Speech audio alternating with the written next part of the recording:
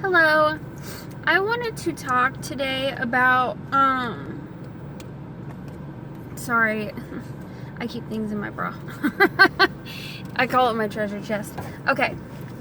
So today I want to talk about my Suboxone withdrawal. I technically take Zubsolv because that's what my insurance would pay for, but it's the same thing. Just like a different manufacturer, whatever. It's got the same active ingredients. I burnt the shit out of my tongue a couple days ago and it still hurts. Anyways, I wanted to talk about my Suboxone withdrawal because I've been pretty consistent about keeping updates on here. I have been making updates, but it's just been kind of like in the moment, and like I said, I think it was my last video, I go through these periods where I'm really unmotivated and then I get motivated, and it seems to be linked up with when I'm on my period or right after I get off my period. And so I said, hopefully, I'll feel motivated again soon, and I do. So, thank goodness for that. I am taking 0.28 milligrams every third day. And when I went from every other day to every 3, like I'll take it like today, like say I took it today, so Monday, Tuesday, Wednesday, I wouldn't take it till Thursday. When I went from every other day, just taking it, not taking it, to taking it every 3, I felt literally no withdrawals. Like when it first started, I did it on accident because I had there's all these videos I made about it. Like I forgot if I had taken it, so I didn't take it, and I went like 3 whole days without taking it, or 4 days. I went a long time without it, and it was not something I was used to. So I did go through withdrawal symptoms during that time. But now that I'm literally just taking it on a schedule of every 3 days, I feel no withdrawals. It's to the point where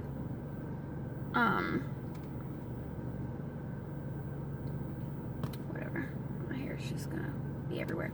It's to the point where I'm very, very confident that I'm gonna be off of this soon. And I just want to go ahead and put this out there. Suboxone in general has a really, really, really bad reputation. There are people who are in recovery who say using Suboxone you're not clean. That's not how you get clean. It's not the right way. It doesn't work. And I get where they're coming from because I've been to 12-step meetings. So I understand their point of view and I respect it. But I, thus far, of course, am living proof that this can work. I feel like any path to recovery, and I made a video about this as well, I feel like any path to recovery can work if you are willing to do anything it takes to make it work. It's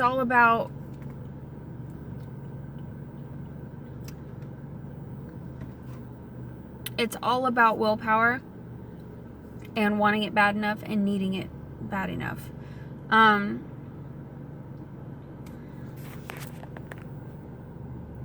I'm not saying Suboxone is the way to go.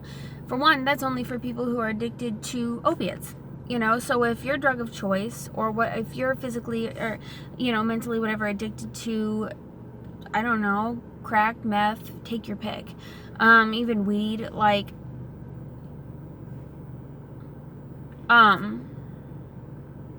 this wouldn't help at all. But when it comes to opiate withdrawal, it doesn't help my recovery. It doesn't help what's in here. It doesn't help my heart. It doesn't teach me how to live right. It doesn't do any of that shit. All it does is keep me from getting sick and going through withdrawals. And this has been over a year and a half process so far. And most people that I have spoken to when I used to go to the Suboxone clinic on a regular basis, they have all been on this shit for 3, 4, 5, 6, 7, 8, 9, 10 years, and they still take really high doses. It's because the doctors, they don't want to wean you because then they won't get your money anymore. So that's why it doesn't work. It's because most people who get on this shit do not have a doctor that forces you to work it, you know? They say you can stay on it, you know, whatever's best, but really it's not about that. I just want to give out a little bit of hope to anybody out there who is struggling with opiate addiction. And let me just say, if you can afford dope, you can afford Suboxone. You can afford to go to the doctor. I promise you. Like, it's expensive, and a lot of places insurance, they don't take insurance. Where I went, they didn't take insurance, but I still spent less than I did before. So if you can afford drugs, you can afford Suboxone.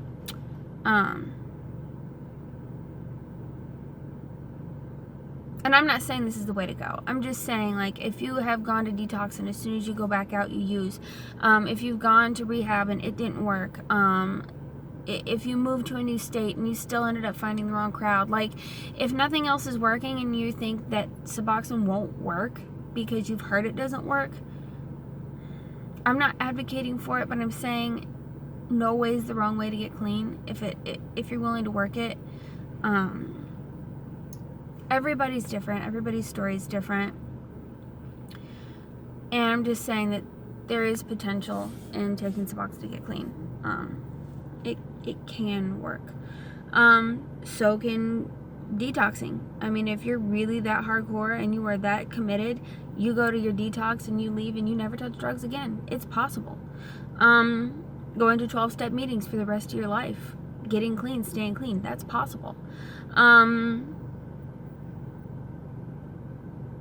I don't know, going inpatient for 30 days and coming out. That gets staying clean after that. That's possible. I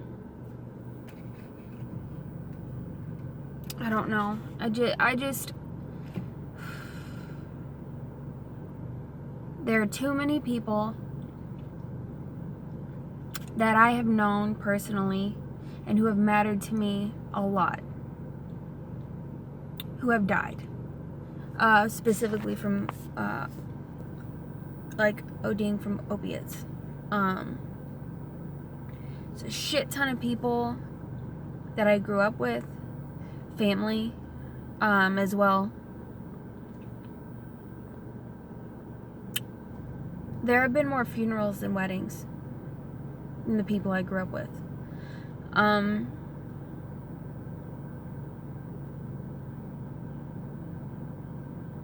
And it doesn't have to be like that, you know? It doesn't have to. If there just wasn't such a negative stigma, that would help. You know, if we weren't looked at as bad people, if we were looked at as sick who needed to be treated, I think that would help. If they would just fucking make drugs legal, I know that sounds like a radical idea. I feel like that would help. As wild as that sounds, I truly think that.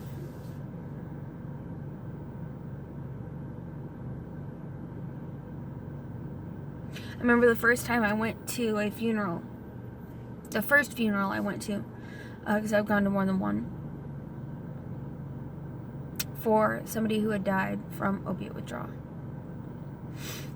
Obviously, I'm not going to say any names or do any of that. It's not my place.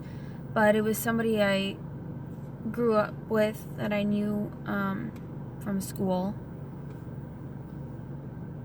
And I have been to funerals before, you know, grandparents, things like that, aunts, uncles. They were all old. And, like, you kind of, like, knew it was coming because they were old and things like that. And those are still, those are very, very sad. And they have, you know, they deserve a lot of respect, and people need time to mourn for those as well, obviously.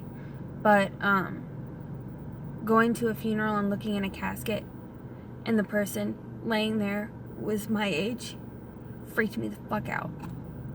And then the second funeral I went to from somebody who OD'd from opiates, that was the saddest funeral I've ever been to in my entire life.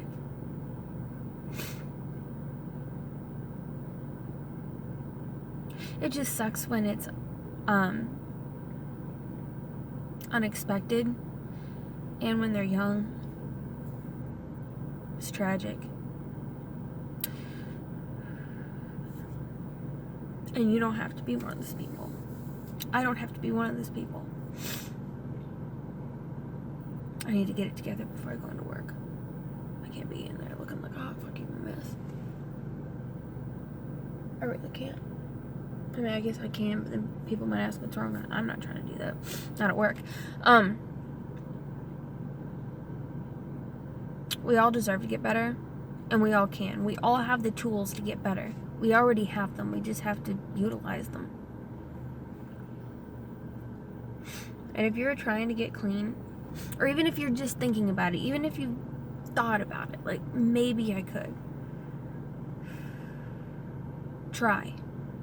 And then also I want to say, if you try and you relapse, because that is very real, that happens, it just happens, please be careful of the dosage you take, because if you get clean for a while, you don't want to take what you were taking before, because it's going to be too much, and a lot of overdoses happen during relapses.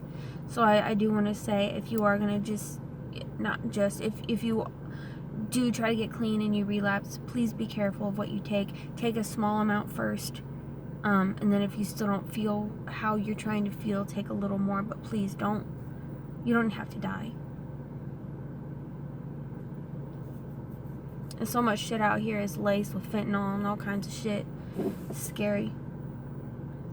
It's not the same, you know? It's just not the same.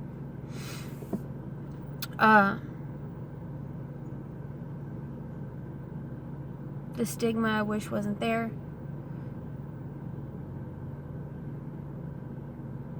And it's an epidemic. Like, I'm pretty sure the #1 cause of death for people under like 30 is opiate overdose. I could be wrong, but I heard that somewhere.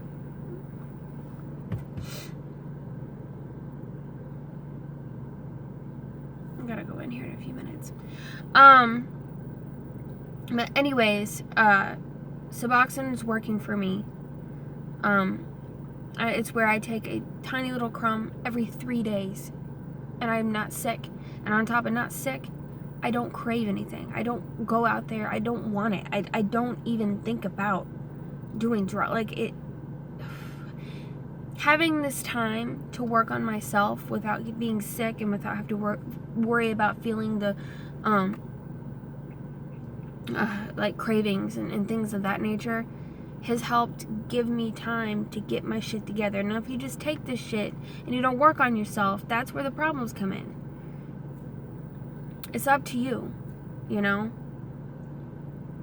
It is a disease. But there's a lot of personal responsibility that's also involved. Like, say you get lung cancer. It's cancer. It's a disease. But if you continue to smoke cigarettes and choose not to go to chemo, there's your level of personal responsibility. You know what I'm saying? And that's kind of like when you have an addiction, you're an addict, and that's just the way it is. But that doesn't mean you have to feed into it and ignore what's going to help make you feel better.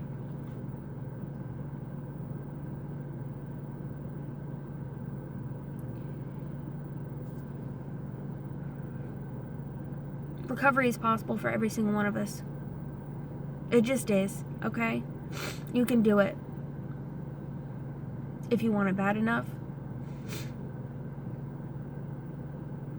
There are people who love you and who need you to stick around.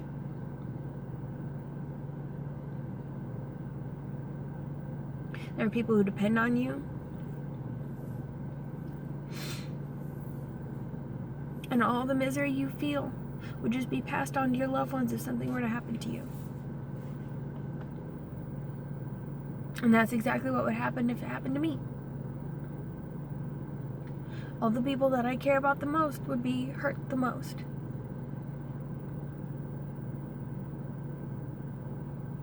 I don't know why I'm so fucking emotional today, Jesus.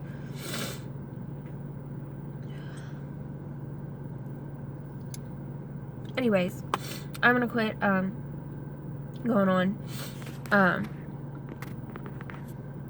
You can get clean. It's up to you. Just remember that there is always hope that tomorrow will be a better day.